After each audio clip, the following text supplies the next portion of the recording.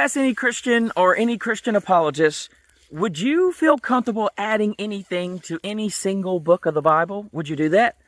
And most of them would say, no, absolutely not. And I would say, correct. I agree. I would never want to add anything to the whole Bible or to any book specifically. And so, but when you start to press someone about contradictions or maybe things that don't line up internally in the Bible, it seems like there's some type of switch that flips. And now all of a sudden, people are kind of sort of okay with adding things that the author doesn't actually say, right? And I'm talking about the individual author.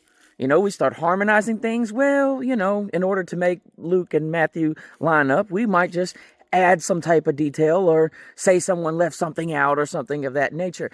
But what that feels like to me is adding to that person's words. Like Matthew didn't say that, right? Luke didn't say that. Luke didn't say they went to Egypt after he was born. You could say Luke left that out, even though Luke says that they were born and then they went to the temple and they went to Nazareth. He doesn't say anything about Egypt. Now, the person that has read Matthew already will say, well, he just didn't say it, or he's compressing time, or he's doing this, or he's doing that. You are adding to the Bible. You're adding to a single book of the Bible. Luke didn't say that. You're making that for him. And just because something is possible doesn't make it probable, because we are looking for the easiest reading.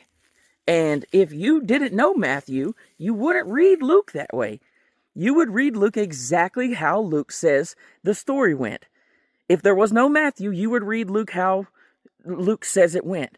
But since you know Matthew, and since you need Matthew and Luke to say the same thing, people all of a sudden get comfortable saying, oh, well, they add this in to make it harmonize. That's not something that is one of my priorities. Harmonization of the Bible is not on my list of priorities. I'm just trying to figure out what's probable, not possible, and figure out what was actually said, what did Jesus actually say, and can we trust the Gospels? So, I don't know. Me personally, I don't want to add anything to the Bible, and that feels kind of fishy. So, like always, drop down in the comments. Tell me what you think.